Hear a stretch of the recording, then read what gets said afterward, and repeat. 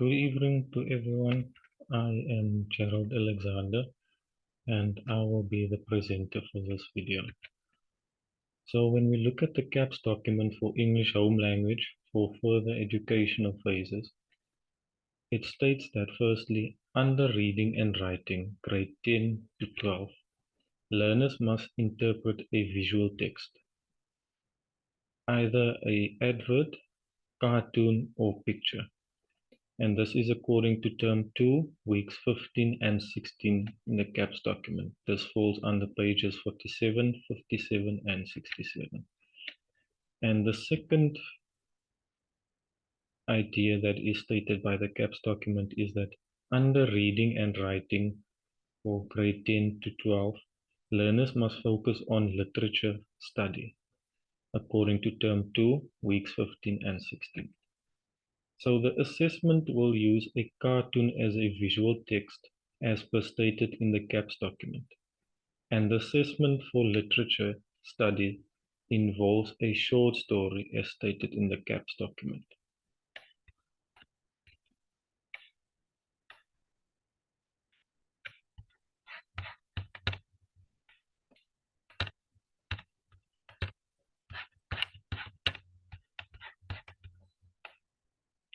So we have CLT, which is communicative language teaching. So in this regard, let me just move the screen a little bit up. In this regard, CLT is gained mostly through the use of questions based on the genres of short stories and cartoons to stimulate the learners. Learners will have to describe, explain, and interpret a short story and cartoon, making it valuable for communicative language teaching. The use of inductive learning is also used whereby learners will be helped to explore so that they can provide answers and information. Learners will be helped and guided so that they are able to understand the genres presented. So when it comes to text-based approach, it looks at how texts work. Learners will read and view texts, and in this case, it will be a short story and a cartoon. Prior knowledge is established as learners have previously done short stories and visual texts, such as cartoons. Their memories will be refreshed by presenting the same elements for each respective genre, namely short stories and cartoons. So we move over to the next slide.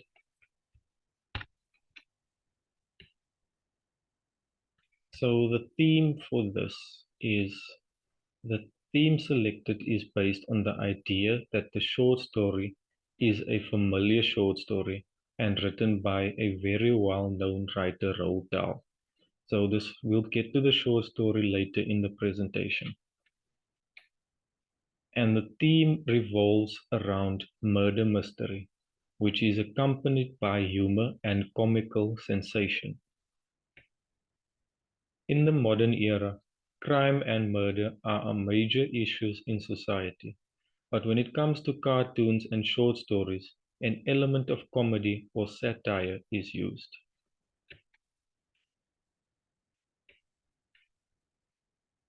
Moving on. So we have the short story genre elements. So as we can see at the bottom, we have a little bit of a graph there, but I will come to that in just a moment. So Lutheran and Pincus describe a short story as an expanded essay. It is longer than an essay, but shorter than a novel. A short story must have a title, and it should look appealing, and it should interest the reader. A short story consists out of a plot, which is made up of 5 different parts. The first is the introduction or the exposition. The beginning of the short story where characters and setting is revealed. The second one is the rising action. This is where the events in the short story become complicated and the conflict in the story is revealed. The third one is the climax. This is the highest point of interest. and the turning point of the story. In this climax, suspense is the major aspect at this point. The fourth part of a short story is the falling action. During this part, the events and complications begin to resolve themselves. So things start working out and everything starts to make a little bit of more sense. And then with the last one is the denouement or the resolution. This is the final outcome whereby events untangle in the story. So as we can see by our little graph, it starts with exposition, then it's the rising action, and right on top is the climax where it's the highest point of interest. And then it goes down again with the falling action and ends off with the resolution or denouement. So the setting of a short story must indicate the time, place, sometimes weather conditions, social conditions, mood, or atmosphere early in the short story. There are a few aspects when it comes to characters. The first one is the protagonist. The protagonist is the main character of the story, and the antagonist, which is the opposite. Characterization is important as characters' physical appearances, experiences, thoughts, feelings, and reactions are presented to provide more information about the character. There are two types of characters. There are rounded characters, which are complex and have multiple layers or layered personalities. Then we have flat characters. Flat characters, on the other hand, are uncomplicated and do not change within a story. So we continue and we have the theme or themes of a short story. So the theme or themes in a short story is a controlling idea or ideas or the central insight. The themes are the author's main idea that is being conveyed.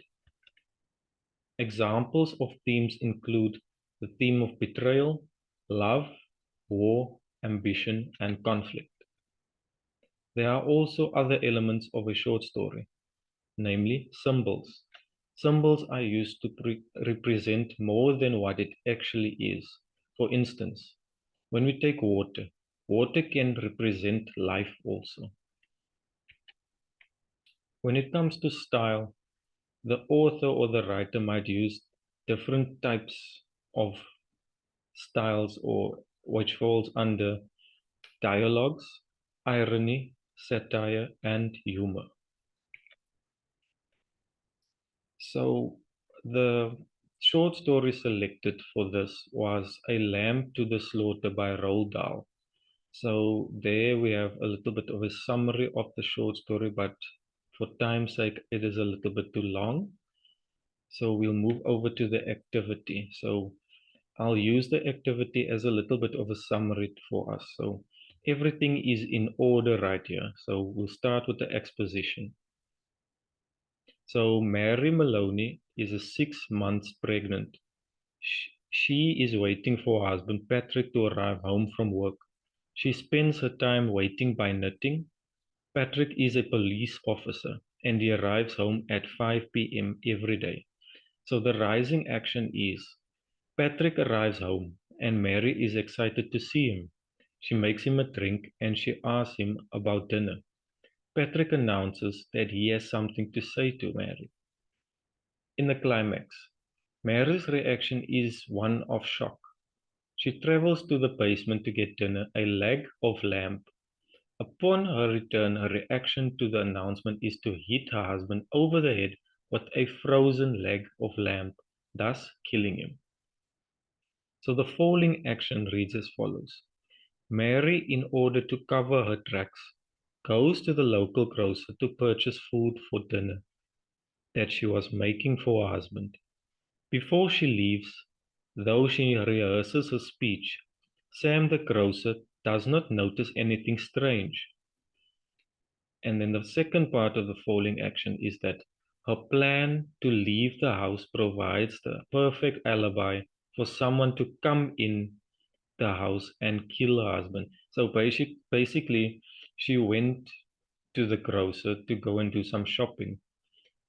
So her alibi was to be out of the house and just come back and find her husband lying on the floor dead. So she calls the police and tells them her story. They travel to the grocer to verify her story. And so finally, the resolution is Mary asks the police to eat the leg of lamb. The police, unbeknownst or unknown to them, end up eating the murder weapon. So the leg of lamb, they end up eating it. Mary gets away with the murder of her husband. And in the story itself, they say that the policemen actually say that the murder weapon could be under their noses. So it's actually very comical. So this is a little bit of a summary of the short story. So the applied activity here will be that the little bit of frames or the cartoon frame will be out of position. So learners will have to put the right, should I say, sequence by the proper picture, like exposition by the proper image. So it will be a little bit jumbled up, and they will have to decide which is the correct order that the story follows. So that will be the activity for the short story in this sense. So we'll move on. So genre activities are contextualized as they all make use of the same elements. All the elements that are previously mentioned fit in by each and every short story, like the structure, like the introduction and the ending, the climax, and all of that. So all short stories contain or share the same group of elements. So how does prior learning get triggered? So prior learning is obtained through the fact that the curriculum provides us with information that the elements of the genres were already taught in previous grades. So learners simply need to be refreshed and reminded. So it is not a new thing, but we need to remind learners of the sequence of how a short story goes from introduction until the denouement. So there are 6 levels of cognition. So our little triangle here at the bottom right shows us from bottom up. So we start with remembering, understanding, applying, analyzing, evaluating, and creating. So these levels are all important as they allow learners to remember or take in knowledge. So the second step is learners use this knowledge to understand. So understand is the second step. So the first step is to remember or take in knowledge. The second step is to understand the elements of a certain genre. In this case, it is short stories. And then we come to the third step, which is applying. With this understanding, learners are able to apply the knowledge that they have previously learned. So now you get to applying. So the use of knowledge gained in different ways. And then the next step is analyzing. So learners will be able to analyze visual text, such as cartoons in this case. As learners progress, they will start to compare and contrast visual text. The compare and contrast is called evaluating. So this leads to new ideas that can be written on similar topics. So when you evaluate the text, there might be a loophole that might not have been filled, and learners could pick that up and write a bit different or write a bit something else on the same type of topic. And then it comes to our last idea or our last level of cognition, which is creating. So the last step involves learners one day being able to produce their own written texts, such as short stories and cartoons. So we are moving on to cartoon genre elements. And there are a few famous cartoons like Garfield and Snoopy and all of those type of cartoons. So the first element that we look at is characters. So Characters are figures in their own right and sometimes represent a stereotype. Characters are depicted as caricatures, which is an exaggerated, parodied, or distorted representation of someone. So they either make fun of someone or they use a character in real life to make fun of some in certain instances. And then when we look at the characters' facial expressions, body language, and relationships between characters, they are also important elements of cartoons and could tell a lot about a character. So the background and setting.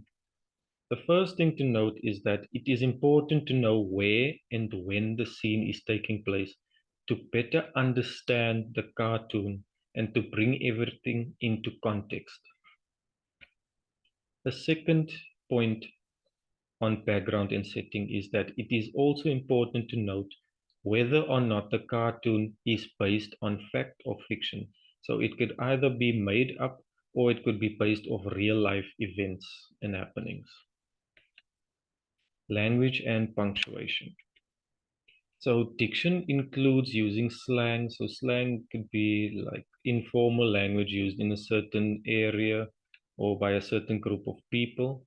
Jargon is words related to a specific topic or specific setting, like in a hospital where they use um, needles and scalpels, all of those type of words. And then we have colloquialism, which is informal language or informal words. So the structure includes using single words, phrases, or sentences. So cartoons are made up of either single words, phrases, or the use of sentences. And then finally, we have punctuation. So punctuation, capital letters, and bold font also plays a key role when it comes to cartoons, as they tend to contribute to the tone and the mood of the cartoon. For example, we have a few examples there where we have a exclamation mark, a question mark, the word get out is written in bold and it is capitalized, and we have the word danger, which is written in bold, and there's a few exclamation marks next to the word. And then when it comes to the structure of a cartoon is dependent on frames. So frames make up a cartoon. And then we have speech bubbles. So the speech bubbles are referring to what the character says in the cartoon itself. And then the movements of the characters also contribute to the structure of a cartoon. And we move on to the applied activity. So the applied activity shows a little bit of a cartoon here where there's a detective or inspector and defines that, and these words are, it would appear that someone in this room is a murderer, and there's a picture of a dead bug there with a knife still sticking in him, and he asked the question. The question is, who is the murderer? So he goes through his list of suspects. So he like asks the question, is it Lady Bellamy, Dr. Quinton, Miss Orker? Or then he goes to the last character and he asks, sorry, didn't catch your name. And the character replies, Stabby the Clown. So then the last frame says, one of the characters say that it's obviously him, which is Stabby the Clown. And the inspector says, perhaps a bit too obviously. So that is the cartoon or the applied activity. So there will be questions which the learners will have to answer from this above cartoon. And the first question reads as follows. Why is the word murder underlined in frame 1? So there's frame 1. Why is the word murder underlined? And then the second question reads, what is the stereotype of the character in frame 2? How do you know? So the stereotype is that this man, the main character, is a detective or is a inspector because he's got the hat and he's got a pipe. So that's how we know that he that stereotype is being used in the cartoon. So the next question, question 3 reads, why is the word womb written in bold in frame 2? So it is to place emphasis on this detective searching for the suspect. So question 4 reads, what makes the cartoon humorous or comical? In this sense, it is the fact that the main character asks the perpetrator what is his name and still says that it cannot be him. And that's found in the final frame in this cartoon. So the final question reads, why is the word to written in bold in the last frame?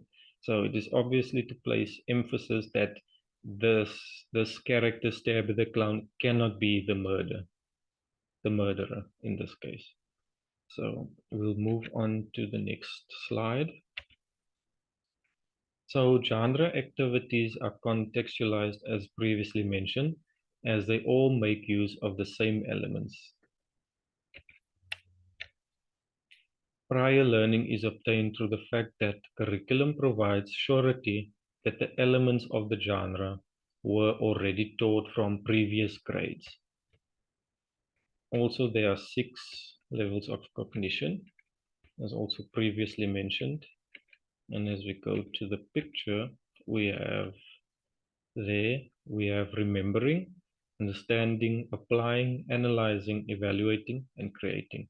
So when it comes to remembering, learners are able to recall relevant knowledge from long-term memory, so things they already did in the past. And then when it comes to understanding, learners are able to make sense of the material that they have learned. Applying is the next step. So they use knowledge that they gain and they implement it in different types of ways. And then analyzing is the next one. So they break concepts into parts, they understand how each part is related to one another. So they basically take a piece of text or a cartoon, they understand how it works, and they compare this cartoon maybe to the next one. And then evaluating is to make judgments based on a set of guidelines.